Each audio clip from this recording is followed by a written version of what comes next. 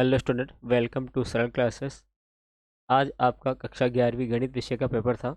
I hope कि आपका जो पेपर है वो अच्छा गया होगा, सारे क्वेश्चन आपने अटेम्प्ट किए होंगे। हम इस पेपर का रिव्यू और इसके जो ऑब्जेक्टिव टाइप क्वेश्चन आए थे उनका सॉल्यूशन करने जा रहे हैं। आपके सामने ये जो पेपर है ये सेट 1 का है। यहाँ पर इसका जो पूर्णांक है वो 80 मार्क्स का था।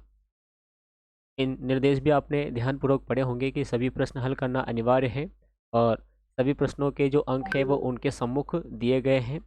प्रश्न नंबर 1 से प्रश्न नंबर 5 तक वस्तुनिष्ठ प्रश्न है, यानी कि ऑब्जेक्टिव टाइप क्वेश्चन यहाँ पर दिए गए हैं, पूछे गए हैं।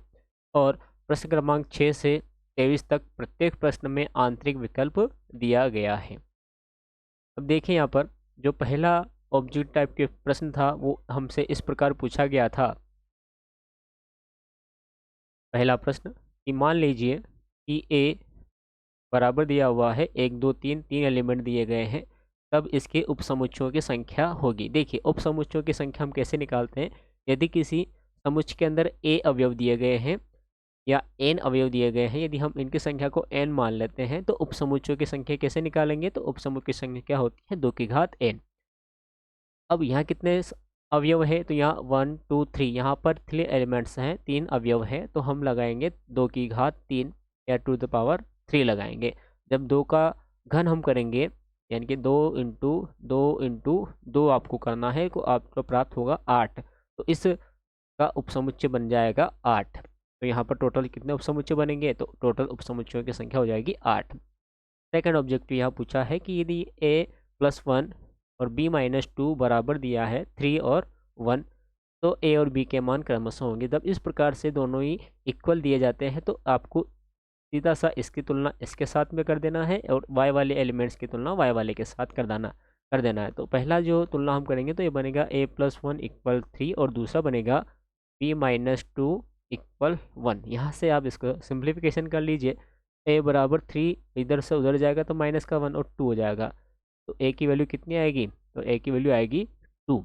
और b की वैल्यू, तो b में भी आपको ये करना है, इस 2 को -2 को उधर भेजना है, प्लस का हो जाएगा और 2 और 1 हो जाएगा 3, तो b की वैल्यू आ जाएगी 3। तो ये कितना आया, 2 आया है और b कितना आया है, तो 3 आया है। तो इसका सही आंसर हो जाएगा ऑप्शन नंबर ए।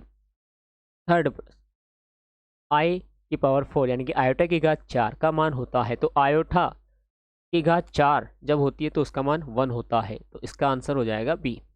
3 - 4i का संयुग्मी होता है। तो संयुग्मी कैसे निकालते हैं, जो आयोटा वाली संख्या होती है उसका चिन्ह आपको बदल देना होता है। तो यहाँ आयोटा वाली संख्या 4 है तो माइनस में है, इसका चिन्ह बदल दीजिए तो प्लस का 4i हो जाएगा सही आंसर। तो यहाँ पर ये इसका आंसर हो जाएगा ऑप्शन नंबर डी में 3 + 4i। फिर पांचवा प्रश्न, 12p2 का मान होगा। 12p2 का मान कैसे निकालेंगे, तो 12p2 ये इस प्रकार से दिया गया है। 12p2 कैसे निकालेंगे, फैक्टोरियल n यानी कि 12 फैक्टोरियल में अपॉन में 12 - 2 का फैक्टोरियल, यानी कि ऊपर तो हो गया 12 फैक्टोरियल अपॉन में यहाँ 10 फैक्टोरियल। इसको सोल्व कर लेना है, सोल्व करेंगे तो क्या होगा, 12 × 11 × फैक्टोरियल 10 अपॉन में फैक्टोरियल 10, यानी कि 10 से फैक्टोरियल 10 कैंसिल हो गया, 12 × 11 करेंगे तो आपको मिलेगा 132। तो पहला आंसर इसका राइट हो जाएगा। फिर छठा, 0 फैक्टोरियल का मान कितना होता है, तो 0 फैक्टोरियल का मान 1 होता है। ऑप्शन बी इसका सही हो जाएगा। उसके बाद अगला प्रश्न देखिए,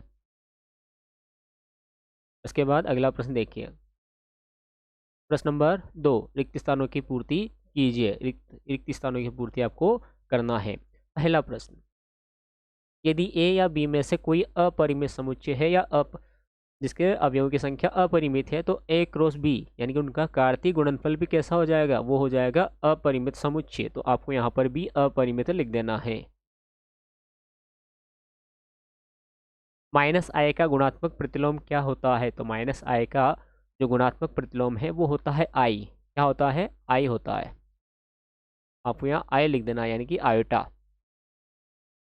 गुणात्मक प्रतिलोम वो होते हैं कि हम इस माइनस आई में किसका गुणा करें कि हमें 1 प्राप्त हो जाए, पॉजिटिव वाला, प्लस वाला।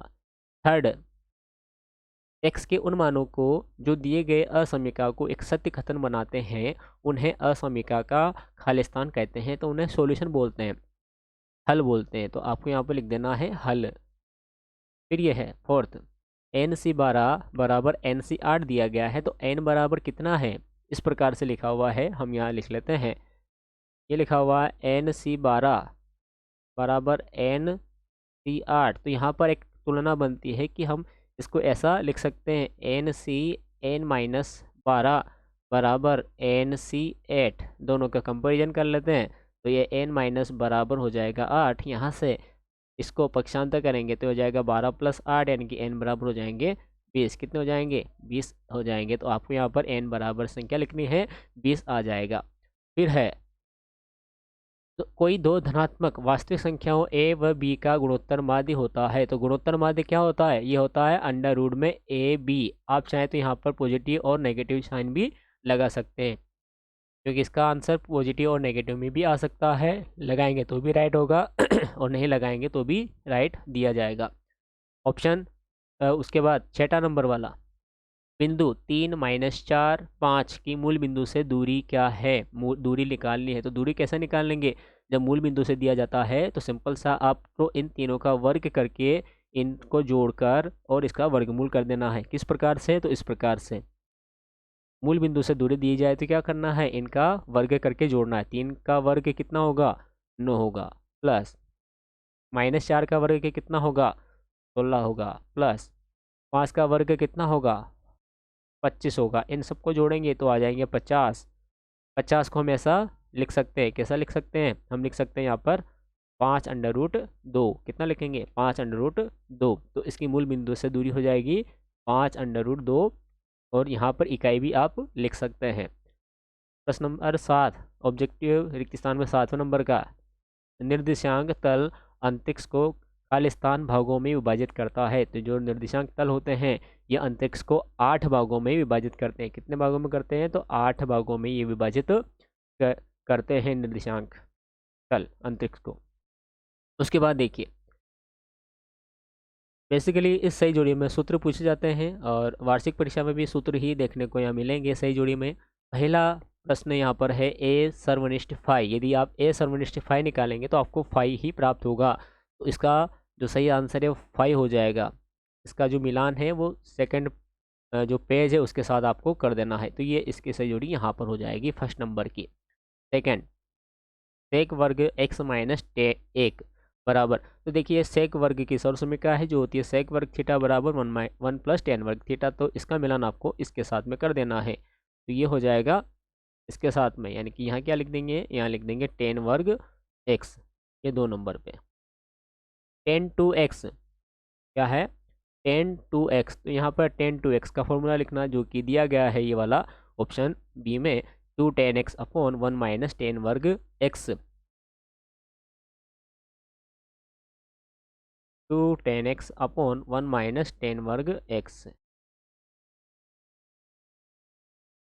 चौथा, साइन π/2 - x, यानी कि साइन 90 - थीटा जो कि होता है कोस थीटा, क्या होता है कोस थीटा, और x है यहाँ पर तो कोस x हो गया, यानी कि इसका मिलान हो जाएगा यहाँ पे। फिर है पांचवा, टेन माइनस थीटा, जब टेन में माइनस थीटा होता है तो ये माइनस का टेन थीटा बन जाता है, यानी कि जो थीटा के साथ माइनस होता है वो बाहर साइन माइनस का लग जाता है। तो ये इसका यहाँ हो जाएगा माइनस का टेन थीटा, यानी कि यहाँ पर इसका मिलान कर दीजिएगा। सेक 90 - थीटा, तो सेक 90 - थीटा ये होता है कोसेक थीटा, तो इसका मिलान यहाँ पर हो जाएगा। अगला प्रश्न देखिए आप, प्रश्न नंबर 4,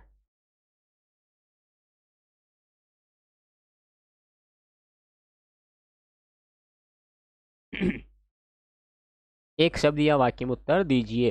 पहला, यदि a बराबर 1 2 है और b बराबर 3 4 है तो समुच्चय a क्रॉस b ज्ञात कीजिए, यानी कि कार्तीय समीकरण कार्तीय समुच्चय इसका निकालना है। तो क्या करना है कि इस 1 का इंटू 3 में, 4 में, 2 का इंटू 3 में और 4 में करना है। तो क्या आंसर आ जाएगा, इसका हो जाएगा a क्रॉस b बराबर पहला 1 का 3 के साथ में, यानी कि 1, 3, फिर 1 का 4 के साथ में यानी कि 1,4, फिर 2 का 3 के साथ में यानी कि 2,3 और 2 का 4 के साथ में यानी कि 2,4 इसका आंसर हो जाएगा। सेकंड, 30x छोटा है 200 से को हल कीजिए जबकि x एक प्राकृत संख्या है। x कैसे संख्या दी गई है? प्राकृत संख्या दी गई है। जब आप इसको हल करोगे तो यहाँ पर हम शॉर्ट में कर लेते हैं इसको। 30x लेस देन 200 है, x से वैल्यू निकालेंगे तो 200 डिवाइड बाय 30 होगा, तो x इक्वल आएगा, ये शून्य से शून्य कट जाएगी, 6 के आसपास आएगा। कितना आ रहा है? 6.6 आ रहा है। लेकिन हमें प्राकृत संख्या चाहिए थी, तो 6 से छोटी है, 6.6 से छोटी है, मतलब इसका जो आंसर है वो 1, 2, 3, 4, 5 और 6 तक इसका जो आंसर है वो हो सकता है। तो यहाँ पर इसका आंसर ये आ जाएगा। आप चाहे तो इसको मंझले कोष्टक में भी लिख सकते हैं। थर्ड है यहाँ पर, द्विपद प्रमेय a प्लस बी की घात n का प्रसार लिखिए। इसका प्रसार आपको लिखना था, तो प्रसार बहुत सिंपल सा था, खाली सूत्र आपको लिखना था जो कि होता है इस प्रकार से। यहाँ लिख लेते हैं हम कि a प्लस बी की घात n बराबर होता है NC0 a की घात n प्लस फिर NC1 करना है, a की घात n-1 हो जाएगी और b की घात हो जाएगी 1, फिर प्लस NC2 करेंगे तो a की घात n-2 हो जाएगी, b की घात 2 हो जाएगी। तो ये तो प्रोसेस होती चलती जाएगी और लास्ट का जो अवयव है वो आ जाएगा NCn आ जाएगा और b की घात n प्राप्त हो जाएगी। ये द्विपद प्रमेय का प्रसार इस प्रकार से होता है। चौथा, उस रेखा का समीकरण ज्ञात कीजिए जो x अक्ष और y अक्ष से क्रमशः -2 और -3 और 2 का अंतःखंड बनाती है। तो अंतःखंड का रेखा का समीकरण का सूत्र क्या होता है? तो रेखा का अंतःखंड समीकरण होता है x बटा a प्लस y बटा b बराबर 1। x का दे रखा है -3, y का दे रखा है 2, यानी कि x बटा, है ना, क्या होगा ये? x बटा, मान लिखेंगे हम यहाँ पे x बटे -3 प्लस y बटा 2 बराबर 1। इसको सोल्व कर लेना है आपको। तो सोल्व किस प्रकार से होगा? यहाँ पर क्रॉस मल्टीप्लिकेशन होगा, ये हो जाएगा 6, है ना, माइनस के, ये हो गया 2x माइनस का 3y बराबर 1। क्रॉस मल्टीप्लिकेशन पुनः करना है यहाँ पे। 2x माइनस 3y बराबर माइनस का 6, इसको इधर लेके आ जाएं, 2x माइनस 3y बराबर प्लस बराबर 0। तो ये उस रेखा का समीकरण आ गया जिसके अंतःखंड -3 और 2 दिए गए हैं। तो यहाँ हो जाएगा 2x माइनस का 3y प्लस 6 बराबर 0, ये इसका आंसर है। पांचवा, limit x tends to 0 sine ax by bx का मान ज्ञात कीजिए। तो यहाँ पर भी आप छोटा सा कॉन्सेप्ट लगाएंगे कि साइन ax में a की हमें ज़रूरत पड़ने वाली है, यानी कि लिमिट तो रहेगी, साथ में हम इसको इस प्रकार से लिख सकते हैं ax बटा इसके साथ ax की ज़रूरत है। तो मतलब हमने क्या किया, a का इंटू इसमें किया और b यहाँ ऑलरेडी पहले से ही है और ये लिमिट x टेंड्स टू 0 है। तो और इस की जो कंडीशन है, इसकी जो वैल्यू है वो 1 हो जाती है। तो यहाँ बचा है a बटा b। तो इसका जो आंसर आ जाएगा वो आ जाएगा a बटा b। फिर है छठा, d बटा डी एक्स सेक एक्स। तो सेक एक्स का अवकलन का मान हमें लिखना है जो कि होता है सेक एक्स और tan X, sec X into tan X. और सेवन्थ लास्ट पूछा है कि लिमिट x टेंस टू 0 है साइन x डिग्री बटा x डिग्री में दिया गया है का मान ज्ञात कीजिए। तो डिग्री में है तो इसका जो आंसर है वो आ जाएगा पाई बटे 180 डिग्री। कितना हो गया ये? पाई बटा 180। उसके बाद सत्य सत्य बताना है 5 नंबर पे। पहला, परिमित समुच्चय में अवयवों की संख्या निश्चित होती है, बिल्कुल सत्य है। परिमित समुच्चय वो होता है जिसमें अवयवों की संख्या परिमित होती है या फिर निश्चित होती है, तो ये कथन सत्य है। दूसरा, अंडर रूट में -1 बराबर आई होता है, जी बिल्कुल, इससे आयोटा का नाम दिया गया है, ये भी सत्य है। थर्ड, द्विपद प्रमेय में आने वाले गुणांक NCR को द्विपद गुणांक कहते हैं, तो बिल्कुल ये द्विपद गुणांक NCR जो होता है ये द्विपद गुणांक के अंतर्गत ही आता है, जहाँ पर हम इसका जो करते हैं, हर बार ये सूत्र में ये मान होगा। जैसे यहाँ पर आ रहा है NC0 आ रहा है, द्विपद गुणांक है, NC1 आ रहा है तो ये भी इसका मान है, ये भी गुणांक है, संख्यात्मक मान प्राप्त होगा। NC2 है, ये भी संख्यात्मक मान प्राप्त होगा। तो ये संख्यात्मक मान प्राप्त हो रहा है, इसलिए इसको द्विपद गुणांक कहा जाता है। तो ये सत्य हो गया। 4 व 12 का समांतर माध्य 6 होगा। समांतर माध्य क्या होता है, दोनों को जोड़कर 2 का बार लगा दीजिए, 4 और 12 16 हो जाएंगे, 16 को 2 से डिवाइड करेंगे, 8 आना चाहिए, लेकिन यहाँ 6 दे रखा है, तो ये इसका असत्य हो गया। 5वां, M1 व M2 ढालों वाली रेखाओं L1 व L2 के बीच का न्यूनतम थीटा है। तो टेन थीटा इक्वल मोड में M2 minus M1 bye 1 plus M1 M2, यहाँ पर यदि 1 plus M1 M2 not equal to 0, तो ये जो कथन दिया गया है बिल्कुल सत्य है। छठा, बिंदु x, 0, 0 x अक्ष पर स्थित है, बिल्कुल ये x अक्ष पर ही स्थित है, तो ये भी सत्य हो गया। खाली एक ही असत्य है, ऑप्शन 4, बाकी सारे ही सत्य हैं। उसके बाद यहाँ पर जो ऑब्जेक्टिव क्वेश्चन आए थे वो यहाँ पर कंप्लीट हो जाते हैं, और उसके बाद आप इस पेपर को एक बार देख सकते हैं।